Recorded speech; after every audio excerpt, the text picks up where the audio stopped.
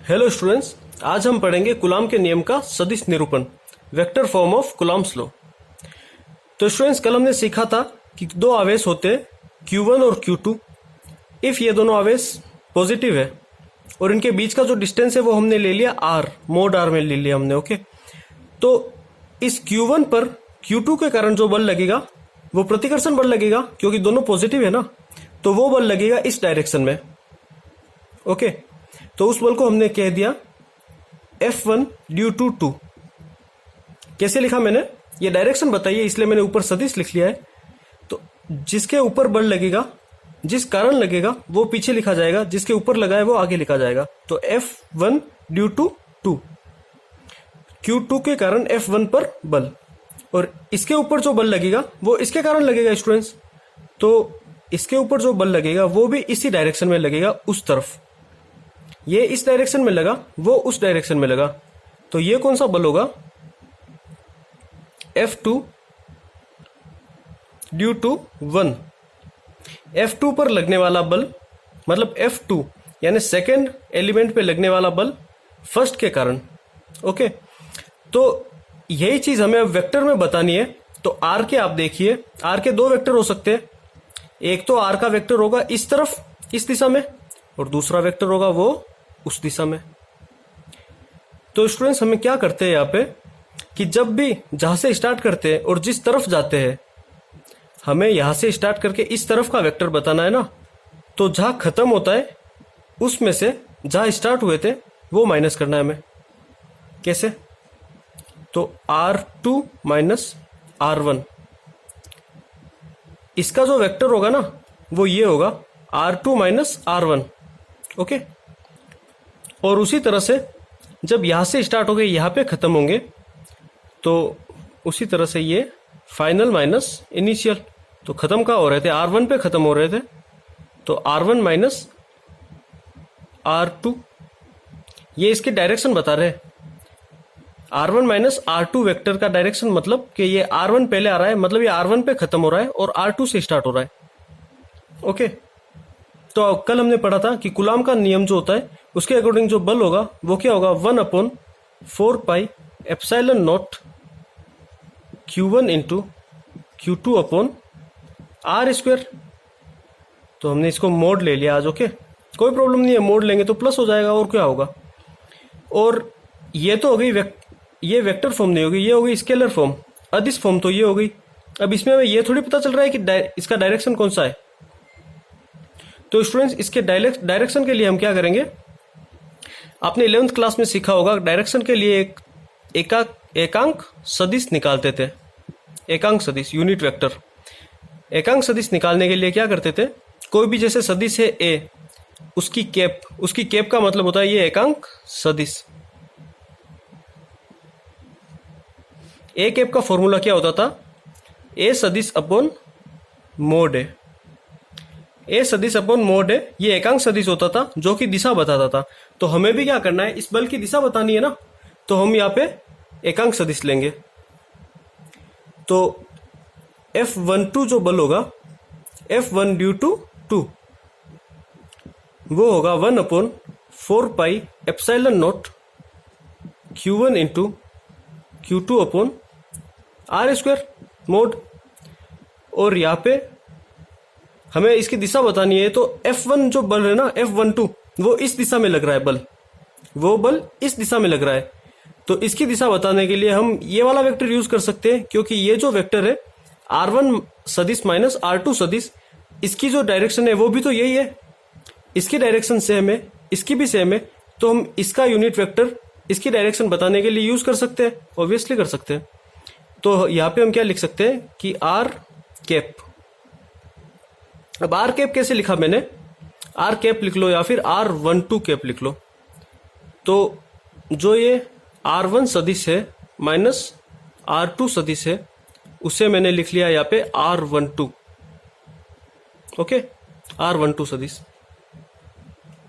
और जो R2 सदिश था माइनस R1 जो सदिश था, इसे मैंने क्या लिख लिया, R21 सदिश।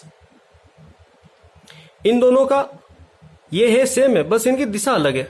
ओके, तो दिशा अलग है, तो हम इसे ऐसे लिख सकते हैं, यहाँ पे लिख लेता हूँ मैं, कि जो R12 होगा वो माइनस R21 होगा। क्यों? क्योंकि इनकी दिशा उल्टी है, एक इस दिशा में एक इस दिशा में, इसलिए ये पॉजिटिव निशान आया, नेगेटिव निशान आया। ओके, तो यहां तक हमने किया। उसके बाद नेक्स्ट फॉर्म हम लिख सकते हैं यहाँ पे, F12 जो बल होगा वो आपके 1/4 pi epsilon not Q1 into Q2 upon, इस R को मैं यहाँ पे पहले आपको इसको बता देता हूँ कि ये होगा R1 माइनस R2 सदिश upon R1 minus R2 mode, और यहाँ पे मैं R1 माइनस R2 सदिश का होल स्क्वायर नहीं कर सकता क्या? क्योंकि जो R12 है और R21 है ये दोनों सेम है, अंतर क्या है? माइनस का। और आगे जब इसके मोड लग जाएगा तो ये दोनों सेम नहीं हो जाएंगे क्या? क्योंकि मोड जब हटेगा तो ये दोनों पॉजिटिव हो जाएंगे, ये भी पॉजिटिव हो जाएगा, ये ऑलरेडी पॉजिटिव था। तो mode R equal to R12 सदिश और R21 सदिश, ये दोनों इक्वल में होंगे ना। देखिए आज थोड़ा मार्कर की क्या प्रॉब्लम हो रही है, थोड़ा एडजस्ट कीजिए ना। तो जब मोड लगेगा तो इसका माइनस हट जाएगा, इसलिए मैंने इसे यहाँ पे ऐसे लिख लिया है। तो जो F12 होगा, जो F12 बल लगेगा उसे मैं ऐसे नहीं लिख सकता, 1/4 pi epsilon not Q1 into Q2 upon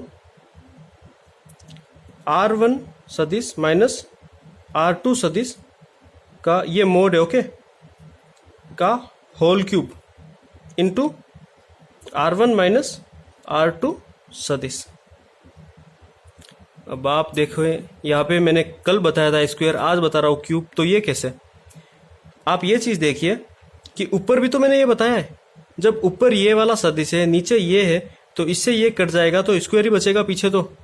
लेकिन जब वेक्टर फॉर्म में हमें शो करना है तो हमें इस तरह से दर्शाना ही पड़ेगा, क्योंकि ये क्या बता रहा है? ये दिशा बता रहा है।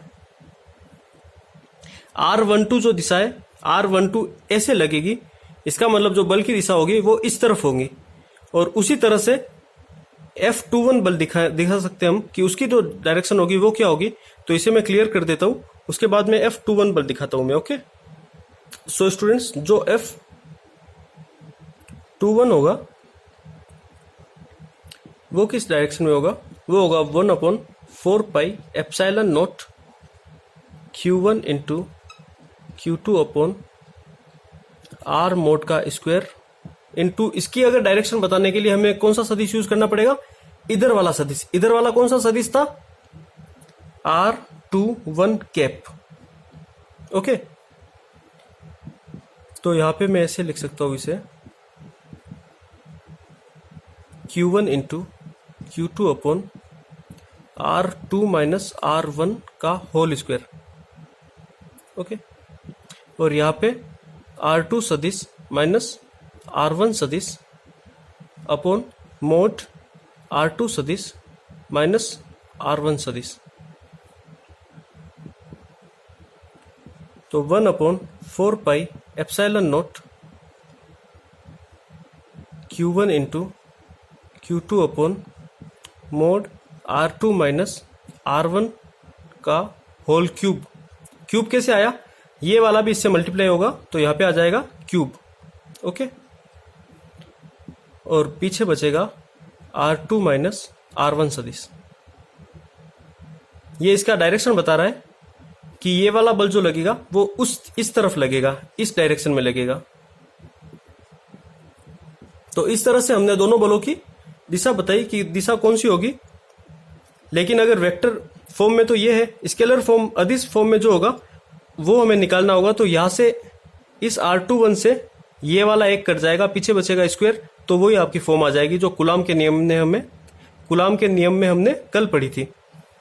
तो यहां पे हम एक बात कह सकते हैं कि जो F12 फोर्स होगा वो F21 फोर्स के इक्वल में होगा। बट एक चीज कि वो नेगेटिवली इक्वल में होगा। कैसे? मैंने यहाँ पे मोड था, यहाँ पे मोड है, यहाँ पे प्लस माइनस का कोई फर्क नहीं पड़ता, बट यहाँ पे तो फर्क पड़ेगा ना।